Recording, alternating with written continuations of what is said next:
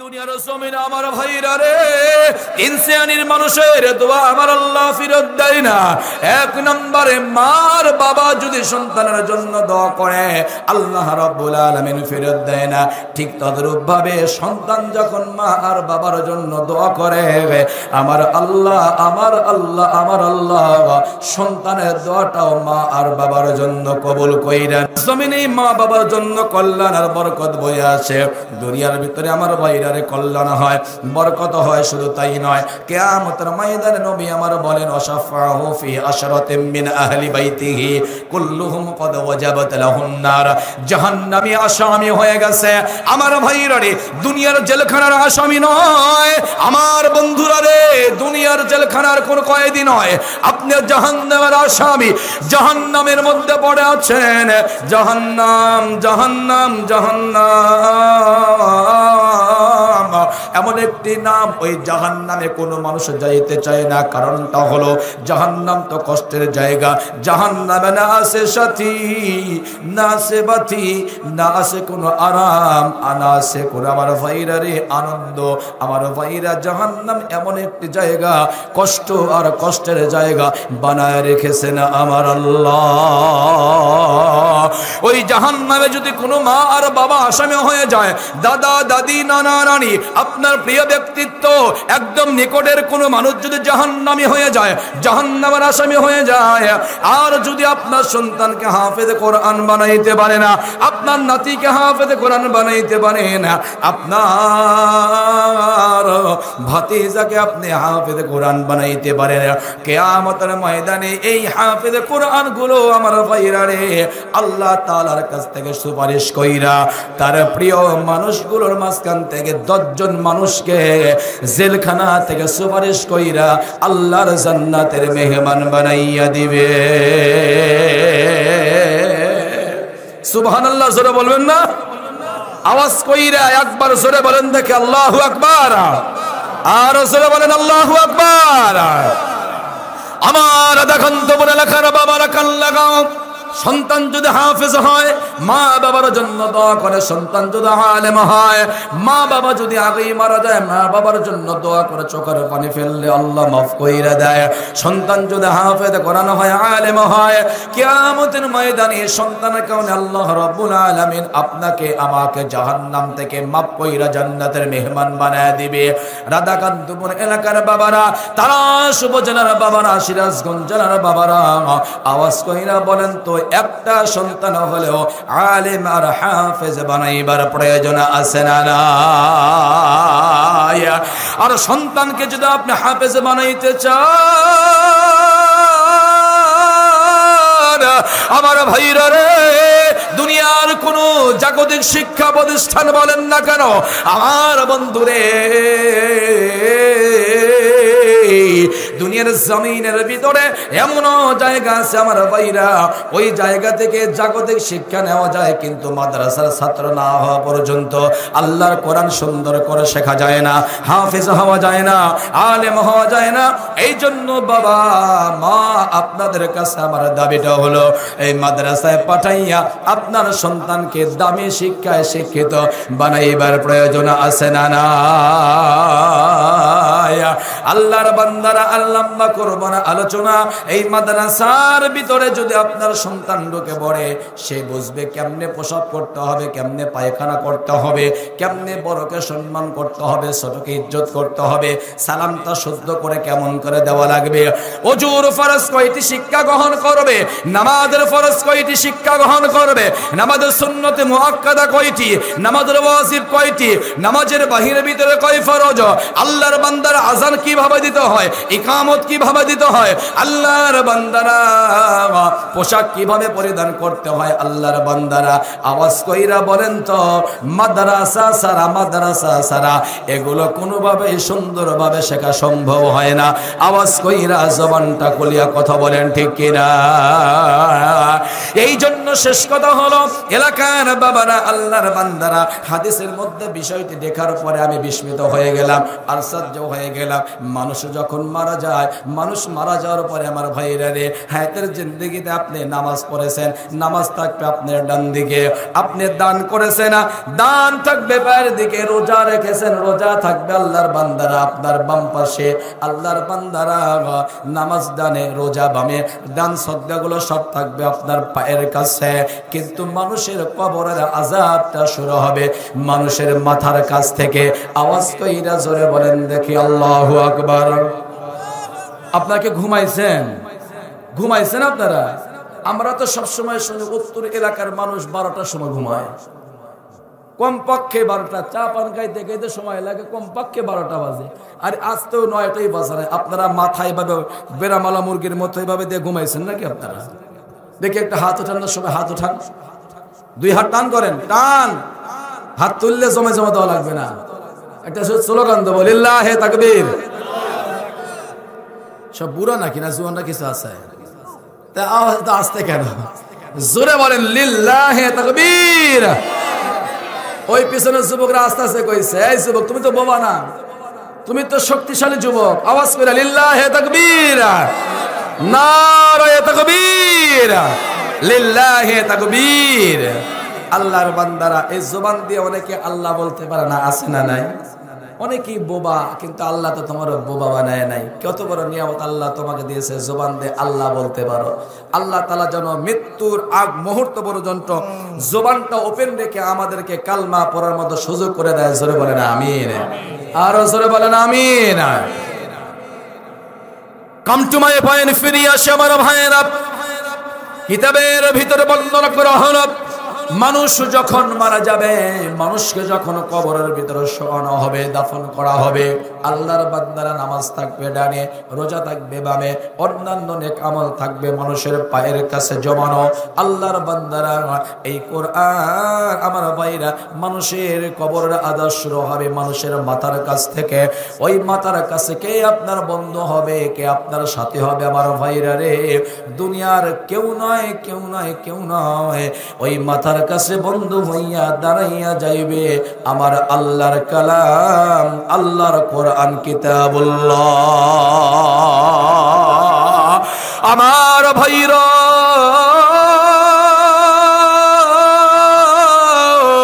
এ সিরাজগঞ্জের বাবারা, এ তারা উপজেলার বাবারা, তুমি আর আমি তো একদিন কবরে চলে যাইব।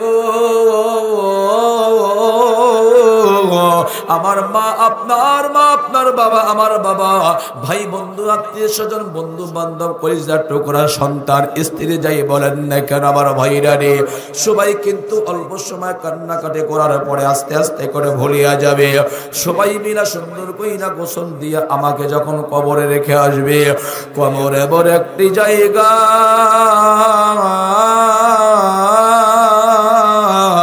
না আছে দরজা, না আছে জানালা। আমার বাইরা রে, আল্লাহর বান্দারা, যখন আমি কবরের ভিতরে তাকাইব, এবার লক্ষ্য করব ডানে মাটি, বামে মাটি, একদম পিঠের নিচেও মাটি।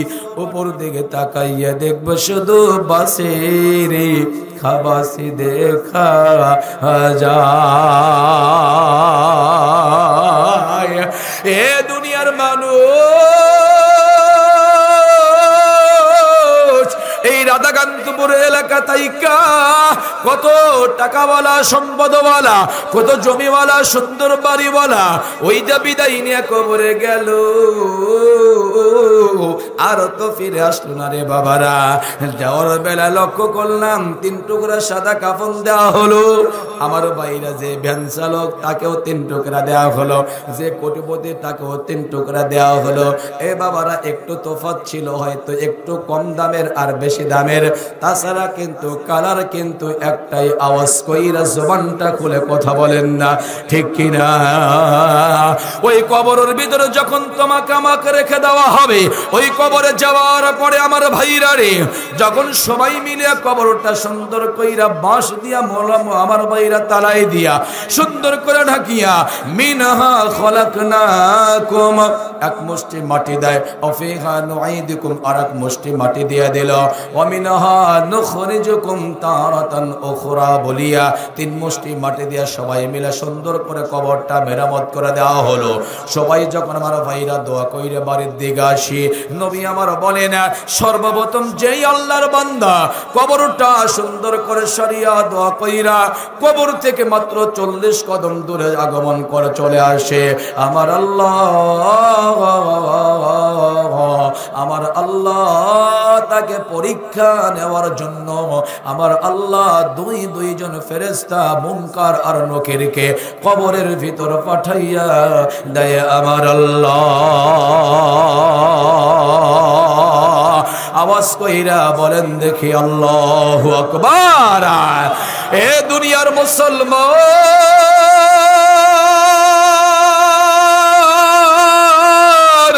সিরাজগঞ্জের ভাইরা রে, ওই কবরের ভিতরে না না না আমার তোমার সাথে কেউ যাবে না। তুমি নামাজ পড়েছো, তোমার বন্ধু হবে ডানে থাকবি, আমার বন্ধুরে রোজার মাস সামনে রোজা রাখবা, রোজা তোমার বন্ধু হইয়া ডান বাদে থাকবি। আজকের মাহফিলে দান করবা, দান থাকবে পায়ের কাছে, কিন্তু মাথার কাছ থেকে আমার ভাইরা কবরের আযাব শুরু হয়ে যাবে। ওই মাথার কাছে তোমার বন্ধু হইবে, আমার ভাইরারে দুনিয়ার কেউ নয়, কেউ নয়। ওই মাথার কাছে যদি তুমি বন্ধু পেতে চাও, আমার ভাইরা এই কাগজের কিতাব কোরআনটাকে বন্ধু বানায় নাও। নবী আমার বলেন ওই কবরের ভিতরে মাথার কাছে বন্ধু হইয়া দাঁড়াইয়া যাইবে আল্লাহ রাব্বুল আলামিনের কালাম কিতাবুল্লাহ কোরআন। আওয়াজ কইরা আল্লাহু আকবার বলেন। এ মুসলমান বাবারা আমারা, এই কিতাবটাই তোমরা ধরি না, এই কিতাবটাই পড়ি না, এই কিতাবের মহাব্বতি তো আমরা করি না, এই কিতাবের আলোচনায় তো আমরা শুনতে চাই না। বাবারা আমারা, আল্লাহর বান্দারা কিতাবের আলোচনা শ্রবণ করবেন, কিতাব ধরবেন আর পড়বেন। আল্লাহর বান্দারা এই কিতাব হলো ম্যাগনেট, ম্যাগনেট, ম্যাগনেট। কেমন ম্যাগনেট?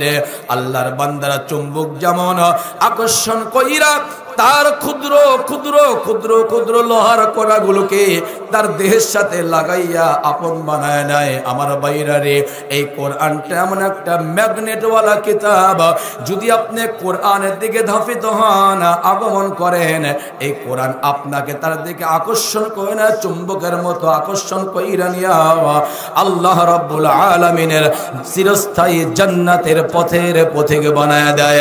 আওয়াজ কইরা জোরে বলেন না দেখি মারহাবা। ছোট্ট একটা ঘটনার মাধ্যমে আমি আমার আজকের আলোচনা ইতি টানবো। আমার ভাইরা রে, কোরআনকে যারা মহব্বত করে, কোরআনকে যারা ভালোবাসে, কি বাজান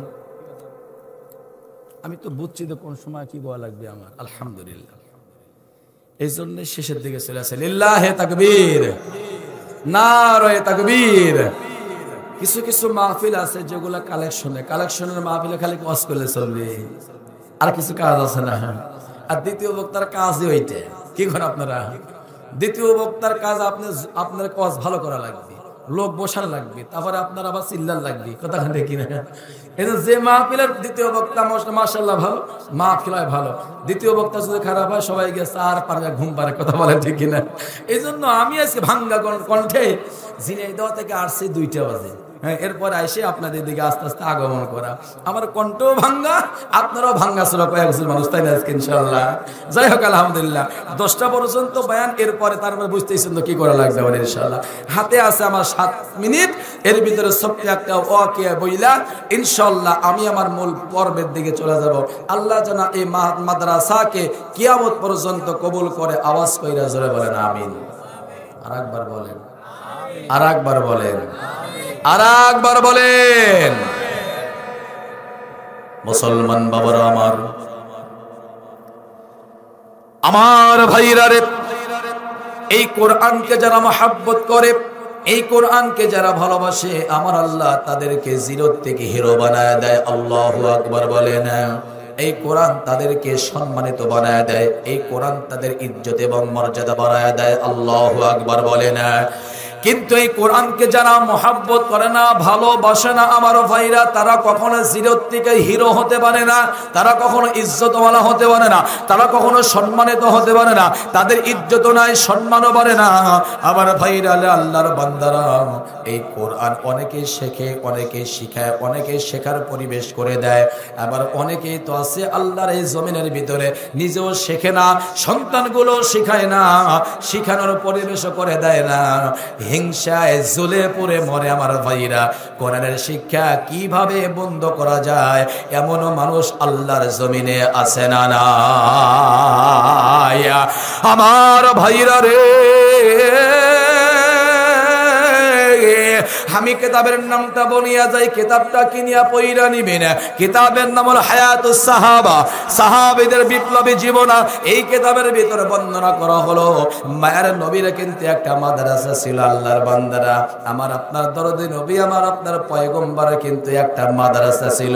আসহাবে সুফফার ভিতরে আল্লাহর পয়গম্বর মসজিদে নববীর বারান্দার ভিতরে আল্লাহর পয়গম্বর সাহাবীদেরকে কোরআনের শিক্ষা দিতেন, কোরআনের হাফেজ বানাইতেন। আওয়াজ কইরা জোরে বলা যায় নাকি সুবহানাল্লাহ? আমার আপনার পয়গম্বর মসজিদের বারান্দার ভিতরে সাহাবে সুফফার ভিতরে নবী আমার সাহাবীদেরকে কোরআনের শিক্ষা দিয়ে দেয়। আল্লাহর পয়গম্বর নিজে কোরআন শিক্ষা দেয়, কোরআনের হাফেজ বানায়। হাঁটি হাঁটি বাবা কইরা যখন কোরআন শিক্ষার মানটা বেড়ে যায়, অনেকেই কালমা গ্রহণ কইরা কোরআনটা শিখিয়ে নেয়, অনেকে হাফেজ কোরআন হইয়া যায়। আমার ভাইরা রে, আবু জেহেল, আবু লাহাব, উতবা, শাইবা, ওয়ালিদ ইবনে মুগীরা মাথায় আগুন লাগা যায়। এমন কইরা যদি কোরআনের হাফেজ গইলা বাইরা যায়, এমন করে যদি কোরআনটা সরে ছিটে যায়, এমন কইরা যদি কোরআনের সংখ্যা বাইরা যায়, কোরআন ওয়ালাদের সংখ্যা বাইরা যায়, আমাদের তো আর পাওয়ার থাকবে না, চেয়ার থাকবে না, আমাদের নেতাগিরিও থাকবে না, আমাদের জনসংখ্যা কইমা যাবে। এই জন্য কি করলো, একটা পরামর্শ বৈঠক ডাকলো, ডাক দিয়া বলে, তোমরা 3 অথবা 4 জন মুহাম্মাদের কাছে চলিয়া যাও। তোমরা এই 3 জন 4 জন মুহাম্মাদের কাছে যাওয়ার পরে খুব দরদ নিয়া, মায়া নিয়া ডাক দিয়া বলবা, মুহাম্মদ, আমাদের সাথে কয়েকজন হাফেজ কোরআন পাঠিয়ে দাও, আমরাও কোরআন শিখতে চাই, অমুক মহল্লার ভিতরে অমুক জায়গায় আমরাও কোরআনটা শিক্ষা করব, কোরআন শিখতে চাই। আবু জেহেল বুদ্ধি শেখায় দিল, কিন্তু তার মনে যে এত শয়তানি আছে ওরা বুঝতে পারে না। এবার 3 জনকে পাঠিয়ে দেওয়া হলো। সবাই গিয়া বিশ্ব নবীর কাছে সালাম জানাইয়া আমার মায়ের নবীর ডাক দেয়া কয়, ও মুহাম্মদ, ও মুহাম্মদ, তুমি যে দামি কিতাবটা শিখাও, অনেকেই শিখেছে, হাফেজ হয়েছে, আমরাও শিখতে চাই, কয়েকজন হাফেজ কোরআনকে আমাদের সাথে পাঠিয়ে দাও। আল্লাহর পয়গম্বর খুশি হইয়া হাফেজ কোরআনদের ডাক দেয়া কয়, তোমরা এই 5 জন ওদের সাথে চলিয়া যাও, অমুক মহল্লায় গিয়ে কোরআনের দাওয়াত পৌঁছায় দাও। 5 জন হাফেজ কোরআনকে নিয়ে যাওয়া হলো। এদিকে আবু জেহেলের সৈন্যবাহিনীরা ওই জায়গায় বসিয়া মিটিং করে, যখন আসবে ওই জঙ্গলের ভিতরে আনা হবে, 1 সেকেন্ড দেরি করা হবে না, হাতে রাখবি রাঙ্গা তরবারি, যত অস্ত্র আছে ধারালো সব দিয়া মুহূর্তের ভিতরে হাফেজগুলোর টুকরা টুকরা টুকরা টুকরা কইরা জবাই কইরা জঙ্গলে রাখবি, যাতে করে তাদের গোশতগুলো জঙ্গলের হিংস্র প্রাণীগুলো আহার করে নেয়। আওয়াজ কইরা জোরে বলেন দেখি না উযুবিল্লাহ। আমার ভাইরা, তাই করা হলো, হাফেজদের নিয়ে আসা হলো জঙ্গলের ভিতরে। আমার বন্ধুরে, এবার ওই যে আবু জেহেলের নেতৃত্বে আবু লাহাব সহ ওয়ালিদ ইবনে মুগীরা হাফেজদেরকে আমার ভাইরা জবাই করে টুকরা টুকরা করা হলো। ওই কাফেলার ভিতরে একজন নবীর সাহাবী ছিলেন, সাঈদ ইবনে আমির আল জুমারা রাদিয়াল্লাহু তাআলা আনহু। ওই সাহাবী নিজেও ওর সাথে গিয়েছিল। ওই সাহাবী এবার দৌড় দাঁড়ায় গেল, একটা গাছের কোণে দাঁড়িয়ে গেছে। এইদিকে তাকায় দেখে সৈন্যবাহিনীরা কেমন কইরা কইরা হাফেজদেরকে আক্রমণ করলো, জবাই করলো, টুকরা টুকরা করে দিল। সাঈদ ইবনে আমির আল জুমারা রাদিয়াল্লাহু তাআলা আনহু গাছের এক কোণায় দাঁড়াইয়া দাঁড়াইয়া দৃশ্যগুলো দেখলো। তিনি কিছুই বলতে পারে না। ওই সময় পর্যন্ত কালমা পড়ে মুসলমান হয় নাই। সবাই যখন সব হাফেজদেরকে দুনিয়ার জমিন থেকে শহীদ করে দিয়ে টুকরা টুকরা করে বিভিন্ন জায়গায় ফেলে চলে গেল, এবার সাঈদ ইবনে আমির আল জুমারা রাদিয়াল্লাহু রাদিয়াল্লাহু তাআলা আনহু ওই গাছের কোণ থেকে হাঁটি হাঁটি পা পা করে আইসা কয়েকটা গোস্তের টুকরো এক জায়গায় জমা কইরা একটা কাপড়ের ভিতরে বাঁধিয়া আর দেরি করে নাই মদিনার পদদেশে রওনা করলো। মায়ের নবীর কাছে গিয়ে ডাক দিয়ে কয় ইয়া রাসূলুল্লাহ,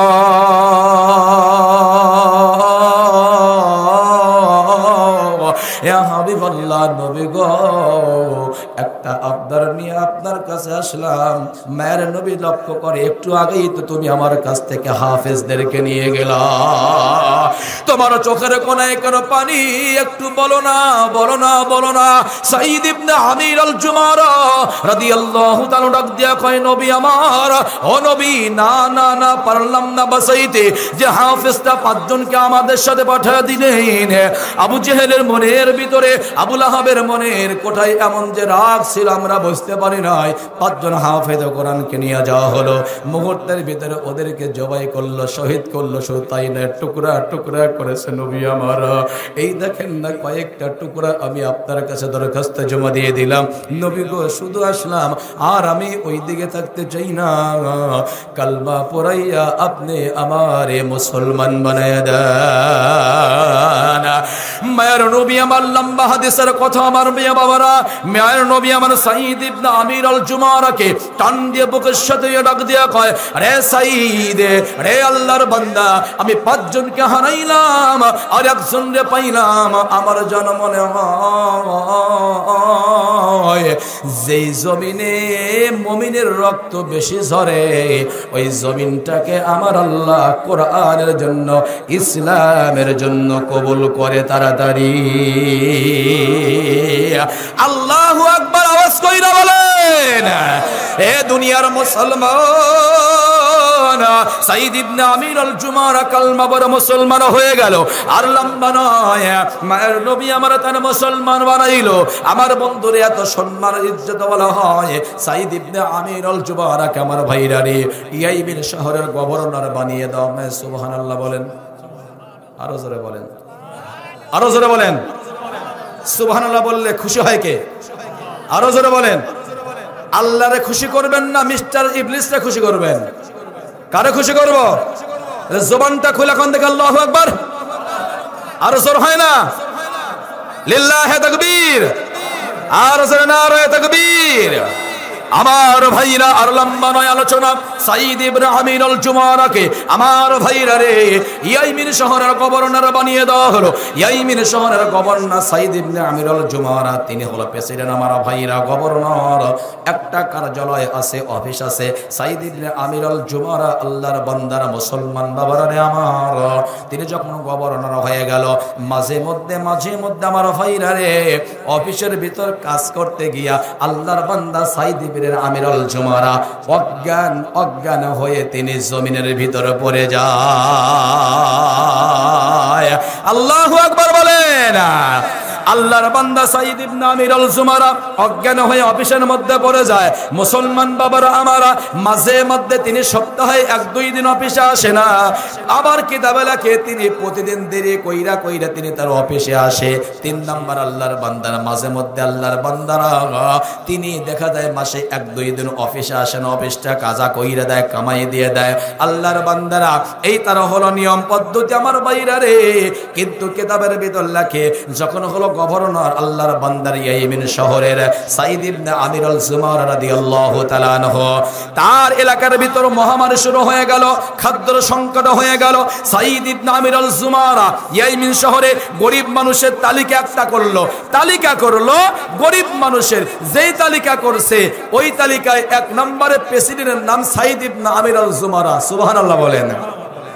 হাজী সাহেব যদি এই মহল্লার একটা তালিকা করে, আর তালিকায় মানে গরিব মানুষের তালিকা উপজেলায় জমা দিবে, কথার কথা, হাজী সাহেব যদি তার নামটা 1 নম্বরে লেখে, এটাকে গ্রহণযোগ্যতা হবে? আপনারা বলবেন হাজী সাহেব তো টাকাওয়ালা, তার নামে 1 নম্বরে, এ তালিকা ভুয়া। কথা বলেন ঠিক কিনা? সাঈদ ইবনে আমির আল-জুমার রাদিয়াল্লাহু তাআলা আনহু যেই তালিকা করে, এক নম্বরে তার নাম গরিব মানুষের তালিকা করে পাঠায় দেয় তিনজন ব্যক্তির মাধ্যমে হযরত ওমরের কাছে। ওমরের শাসনামলে আমার ভাইরা রে, আল্লাহর বান্দারা, সাঈদ ইবনে আমির আল-জুমার নবীর সাহাবী, ওমরের শাসনামলে অর্ধজাহানের খলিফা হযরত ওমর। ওই সময় সাঈদ ইবনে আমির আল-জুমার ইয়াইমিন শহরের প্রেসিডেন্ট আমার ভাইরা রে, তিনি একটা গরিবের তালিকা কইরা ওমরের কাছে পাঠায় দিল। ওমর এই তালিকা অনুযায়ী বাইতুল মাল থেকে আপনি কিছু খাবার আমার এলাকায় পাঠায় দেন। এই যে তালিকা আনা হলো, এবার ওমর লক্ষ্য করে যে গরিব মানুষের তালিকা আছে, এক নম্বরে বাচ্চার নাম দেখা যায়। ওমর ডাক দিয়া কয়, খাবার দিলাম কিছুই বললাম না। দ্বিতীয় মাস আর একটা তালিকা, ওটাও কিন্তু বাচ্চার নামে এক নম্বরে আবার খাবার পাঠায় দিলাম।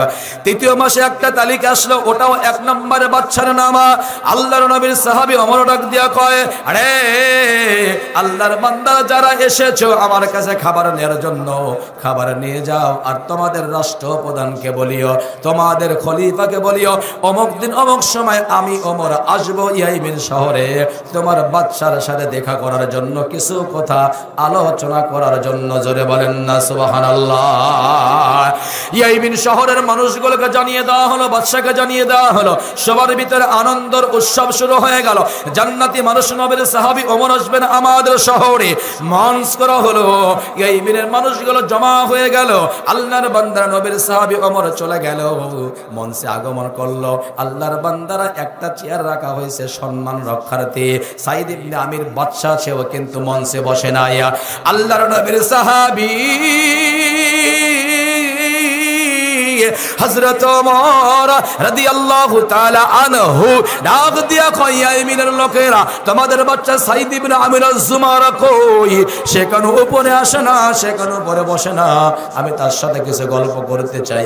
একজন ইয়াইমিন ডাক দিয়া কয়, ও নবীর সাহাবী ওমর, আমাদের বাচ্চার সাথে কথা বলার আগে আমার তিনটা আছে অভিযোগ, তিনটা অভিযোগের বিচার না করা পর্যন্ত আমাদের বাচ্চার সাথে আপনারে কোনো কথা বলতে দেব না। একবার জোরে বলেন দেখি সুবহানাল্লাহ।